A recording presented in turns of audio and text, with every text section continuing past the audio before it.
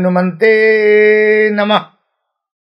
दर्शकगण, मैं आचार्य सत्यानंद আজকে আরেকটি টোটকা, হেরাত এঙ্গেজ। আপনারা যদি আমার টোটকা, আমার প্রবচনগুলোকে খেয়াল করে থাকেন, মন দিয়ে শুনে থাকেন, তাহলে মনে রাখবেন আমার টোটকার মধ্যে স্ত্রীর একটি বিশেষ স্থান থাকে। সম্মানীয় স্ত্রী, রেসপেক্টেড স্ত্রী একটি ঘরকে শ্যাডোতে নিতে পারে, একটি ঘরকে উৎসাহতে নিতে পারে, একটি পরিবারকে কর্মঠ করতে পারে, একটি পরিবারকে নিঝুম করে দিতে পারে। জানেন কখন বাড়িতে দারিদ্র যোগ আসে আর কখন বাড়িতে ঐশ্বর্য যোগ আসে? একটি স্ত্রীর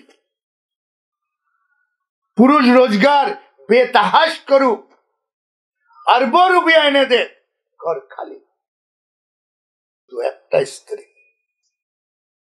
আজকের টোটকাটি ধ্যান দিয়ে শুনবেন। খুব সাধারণ টোটকা, কিন্তু অসাধারণ প্রয়োগ। দর্শকগণ, একটা পরিবারে নেগেটিভ আর পজিটিভ দুটি ঊর্জা থাকে, আর এটাকে জাগ্রত করে বাড়ির স্ত্রী। এটাকে প্রভাবিত করতে পারে বাড়ির স্ত্রী। একটি স্ত্রী বাড়িতে নিঝুম আনতে পারে, নেগেটিভ এনার্জিতে ভরে দিতে পারে, রোগ করে দিতে পারে, পুরো পরিবারকে রোগগ্রস্ত করে দিতে পারে, আলসি নিয়ে আসতে পারে। তাবাহির দ্বিতীয় কাজ একটি স্ত্রী করতে পারে, স্বামীকে বেঘর করে দিতে পারে। পরিবারে যতই টাকা আসুক, বর্তন খালি, पर्स खाली, हु हु हु हु टाका गायब। স্বামী कर्जाয় लद लदा,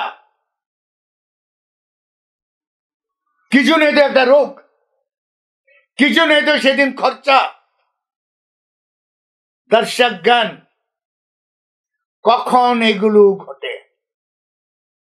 একটা বাড়ি রসাতলে কখন যায়? একটা কর্মঠ পুরুষ হতাশার জায়গায় কখন চলে যায়? মনে রাখবেন, খুব সাধারণ ঘটনা। চাইলে এই রসাতল থেকে একটা স্ত্রী এই পরিবারকে বাঁচাতে পারে। দর্শকগণ, আমি বারবার বলি, ঘর এক মন্দির। আমি বারবার বলি, ঘর এক মন্দির, আর মন্দিরের পূজারী হচ্ছে বাড়ির স্ত্রী। যদি বাড়ির ব্যবস্থাপনা, বাড়ির ব্যবস্থাগুলো ঠিকঠাক না হয়, তাহলে মনে রাখবেন আপনার বাড়িতে বলা হয় 1.5 ফুটিয়া বৌনা। কোনোদিন শুনেননি আপনি? বাংলা জগতে অনেক কিছু আমি প্রথমবার এনেছি, আজকেও আপনাকে বলছি, 1.5 ফুটিয়া বৌনা আপনি দেখতে পারবেন না, আপনার পায়ের তলের থেকে চলে যাবে। মহা অলক্ষী এই 1.5 ফুটিয়া বৌনা আপনার বাড়িতে নিবাস করতে লাগে, আলমারিতে ঢুকে যায়, সোফার তলায় থেকে যায়, ক্ষয় করে বাড়িকে রসাতলে নিয়ে যায় এই 1.5 ফুটিয়া বৌনা। দর্শকগণ, কখন 1.5 ফুটিয়া বৌনা আপনার বাড়িতে জানালা দিয়ে আসবে? শুনে নিন। যেই বাড়ির স্ত্রী সূর্য উদয় হওয়া পর্যন্ত শুয়ে থাকে, তবাহি মঞ্জরের প্রথম স্টেপ সিঁড়ি। ঘরের মুখ্য যে মহিলা সূর্য উদয়ের পরে পর্যন্ত যদি শুয়ে থাকে। দর্শকগণ, দ্বিতীয়, কোন মহিলা সন্ধ্যার ঝুরমুট হচ্ছে, সূর্য অস্তাচলে চলে গেছে, গোল্ডেন লাইট পৃথিবীতে ছড়িয়ে যাচ্ছে, তখন সন্ধ্যাকালীন যে মহিলাটি আবার বিছানা ধরে, আবার শুয়ে থাকে সেই ঘর। দর্শকগণ, যখন ঘরে একটি মহিলা নলটা খুলে দিয়ে ঝরঝর ঝরঝর জল পড়ছে আর বাসন ধুচ্ছে, জলের হিফাজত না করে, জল মানে গঙ্গা, অভিশপ্ত বাড়ি, বেতাহাস জল খরচা করলে সেই বাড়িতে কখনো শান্তি আসে না।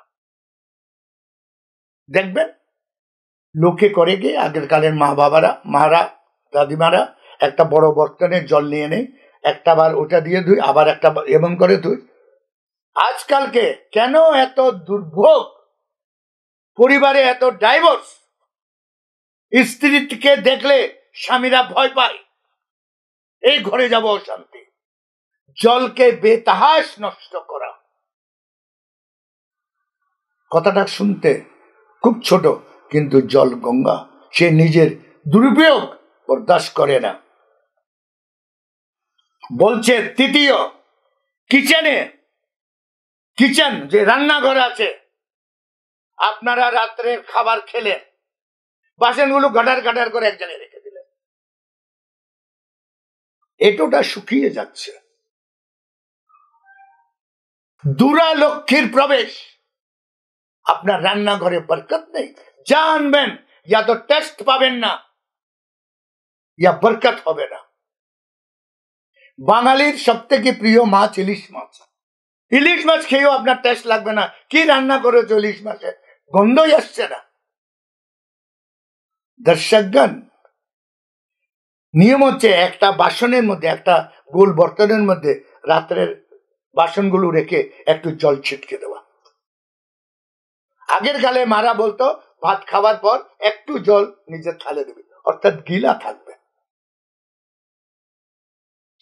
এই নিয়মগুলো যে স্ত্রীরা মানবে না, দর্শকগণ, যেটা আমি বলেছি, তাহলে মনে রাখবেন আপনার বাড়ি রসাতলে ইয়া তো চলে গেছে, ইয়া ধীরে ধীরে সমিয়ে যাচ্ছে, ঢুকে যাচ্ছে, তাবাহির মঞ্জর কিছু সময়ের মধ্যে দেখতে পাবেন।